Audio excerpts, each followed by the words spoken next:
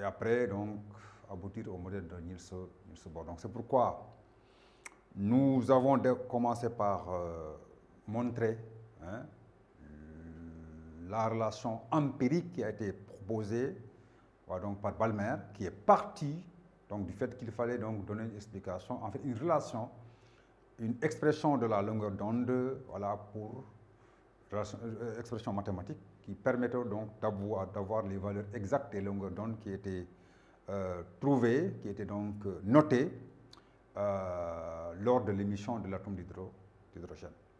Donc Balmer donc, a fait un excellent travail, mais que son expression était limitée sur le visible. La généralisation a été faite par Ritz. Quand on dit généralisation, ça veut dire que ça a été étendu donc, aux autres domaines donc, du rayonnement, donc, particulièrement l'IR et l'IR et l'UV. Mais ce qui est surtout important, c'est qu'à partir de l'expression de la généralisation donc, de Ritz, ce qui est surtout important, c'est que à partir donc, de cette expression de généralisation donc, par Ritz, il était déjà noté l'existence, la possibilité d'avoir donc des états électroniques. Et chacun de ces états électroniques-là étant caractérisé par un terme spectral. Et que l'interprétation maintenant des raies qui étaient émises ou bien donc absorbées, c'était que, voilà, il était donc possible de dire que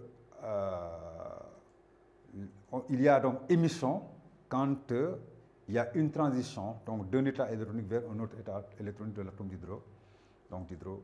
C'est ça d'ailleurs qui va aider donc les physiciens à se lancer donc dans la course, voilà, pour proposer donc différents modèles. Donc successivement, il y a eu le modèle de Thomson qui a été invalidé parce qu'il n'était pas fondé. Ensuite, il y a eu le modèle de Rutherford, là aussi invalidé, et puis donc le modèle de Niels Bohr qui va s'appuyer sur celui-là donc de Rutherford.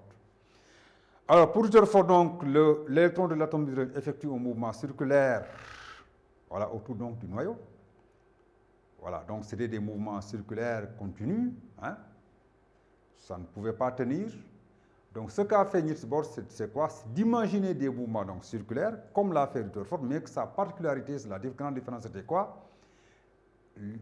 Les modèles, en fait, les mouvements circulaires, donc, selon Bohr, c'était des mouvements circulaires stationnaires. Autrement dit, chacun de ces mouvements circulaires est caractérisé par une action A et que chacune étant quantifiée. Et maintenant, la deuxième hypothèse selon Niels Bohr, c'était quoi?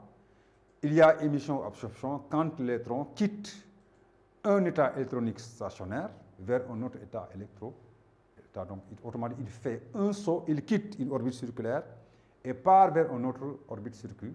C'est en ce moment-là qu'on a une seule émission d'un quantum d'énergie. Émission ou absorption d'un quantum d'énergie.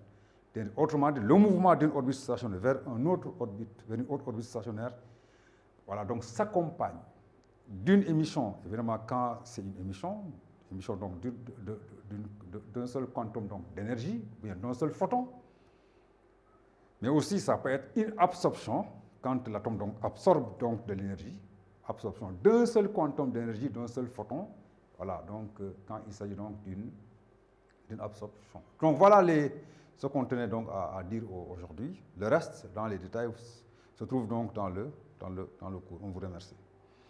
Voilà, merci beaucoup.